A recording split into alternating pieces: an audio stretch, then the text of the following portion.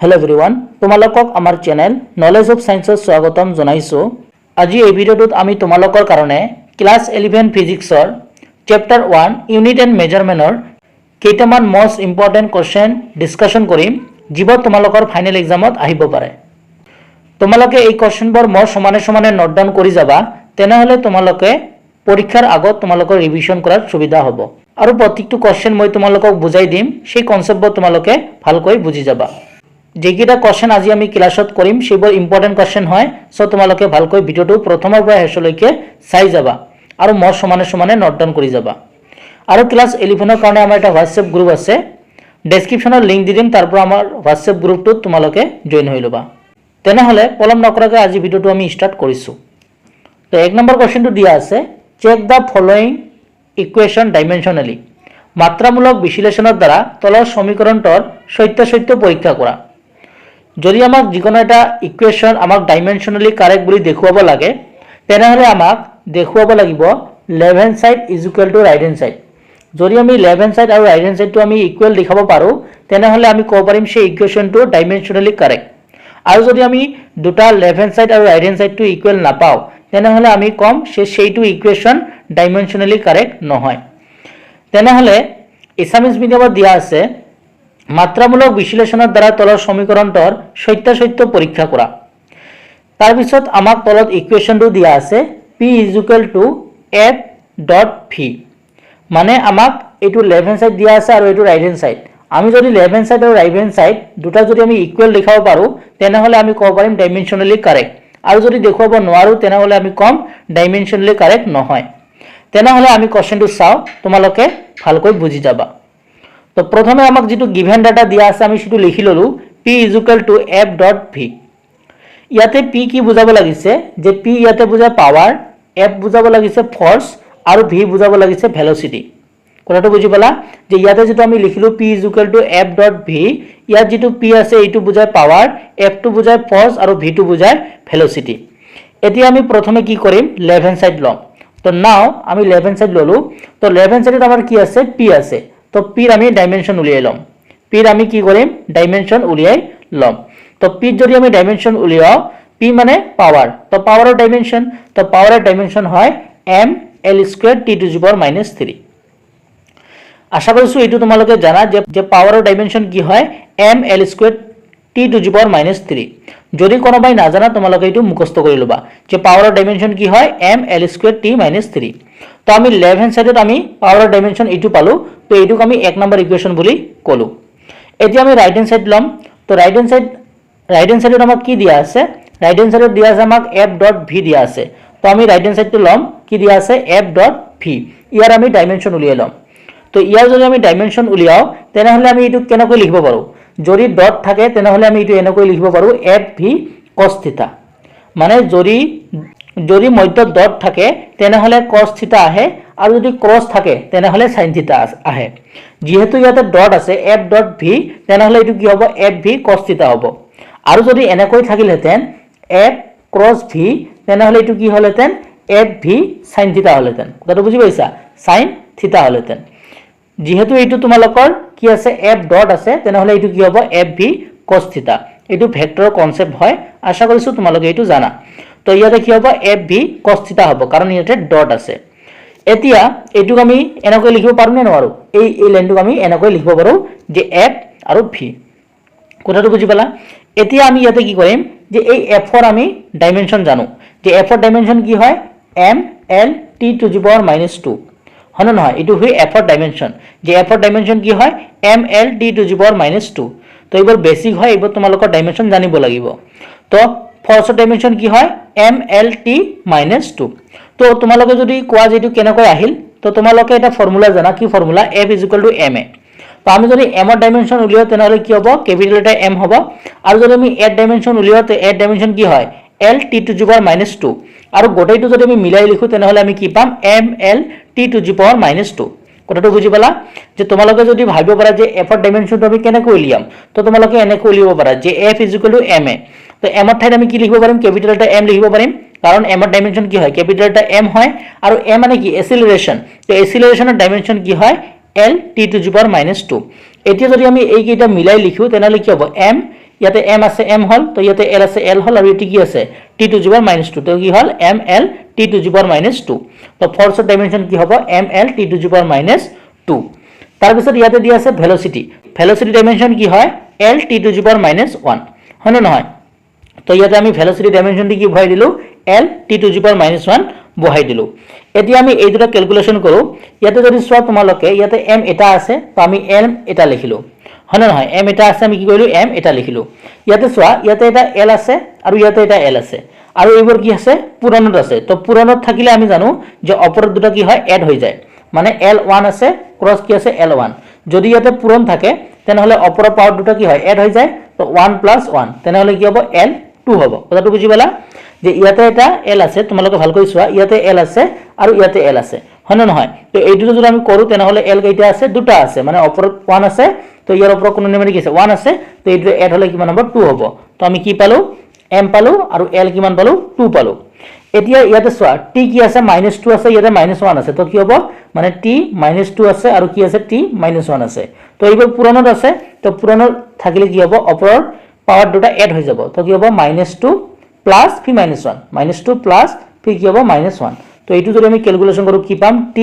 -2 -1 তো এইটো যদি আমি ফাৰ্দাৰ ক্যালকুলেশন কৰো কি পাম t -3 পাম কথাটো বুজি পালা তো আমি কি পালো t -3 পালো তো আমি প্ৰথম পালো m তাৰ পিছত পালো l2 তাৰ পিছত পালো t -3 তো এই অপাৰেটৰটো ক্যালকুলেশন কৰি আমি কি পালো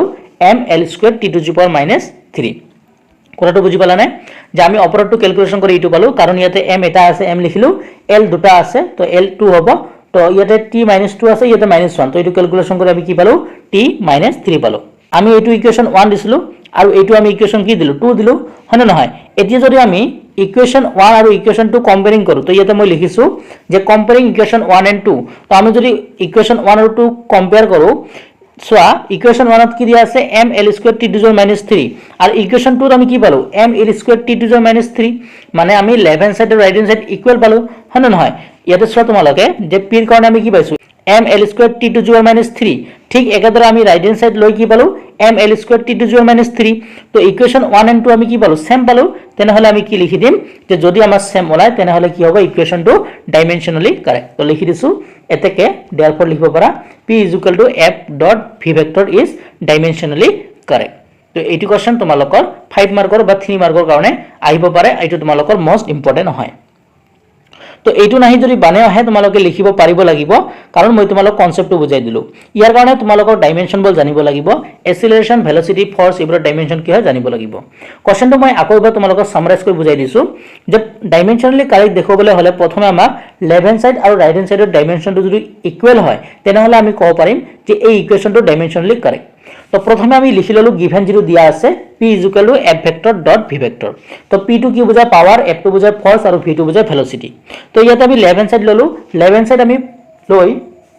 পাৱাৰৰ আমি ডাইমেনশন জানো ml2 t to the power -3 তো এইটো আমি ইকুৱেচন 1 দিলো তাৰ পিছত ৰাইট হ্যান্ড সাইড বেৰ কৰিলো ৰাইট হ্যান্ড সাইড বেৰ কৰাৰ পিছত আমি ইয়াৰ ভেক্টৰ লাগালো ইয়াতে তো কি হ'ব f v cos θ কাৰণ ডট আছে তাৰ পিছত এইটোক আমি f v লিখিব পাৰিম তাৰ পিছত ইয়াতে আমি ফোৰ্সৰ ডাইমেনশন বহাই দিলো তো কেনেকৈ বেৰ কৰালো এনেকৈ বেৰ কৰালো হয়নে নহয় মাসৰ ডাইমেনশন m ক্যাপিটাল এটা আৰু এ dimension l t to the power -2 তো এইটো হয় আমি কি পালো যে ml t to the power -2 তো ফোৰ্সৰ ঠাইত আমি এইটো বহাই দিলো ভেলোসিটি ডাইমেনশন কি হয় l t to the power -1 হয় তো আমি এইটো বহাই দিলো তাৰ পিছত এইটো আমি ক্যালকুলেশন কৰিলো কি পালো ml2 t to the power -3 তো ইকুৱেচন 1 and 2 যদি তোমালোকে ভালকৈ চোৱা এইটো আৰু এইটো কি আহিল আমাৰ সেম আহিল এইটো আৰু এইটো আমাৰ কি আহিল সেম আহিল তো যেহেতু লেফট হ্যান্ড সাইড আৰু ৰাইট হ্যান্ড সাইড সেম আহিছে therefore কি হ'ব আমাৰ p f vector dot v vector is dimensionally correct আশা কৰিছো বুজি পালা যদি কোনোবাই বুজি পোৱা নাই আকৌ এবাৰ ভিডিওটো চাবা আৰু এইটো তোমালোকৰ পৰীক্ষাত আহিব পাৰে নেক্সট এটা কোৱেশ্চন ৰাখিছো কি চোৱা an expression of physical quantity is given by এটা আমাক physical quantity দিয়া আছে এইটো x √t by m where t is the applied force and m is the mass per unit length find the dimensional representation of x and identify the physical quantity তো আমাক কি কি given data দিয়া আছে আমি সেটো লিখি লও প্ৰথমে আমাক কি দিয়া আছে আমি লিখি ললো গিভেন দিয়া আছে আমাক t দিয়া আছে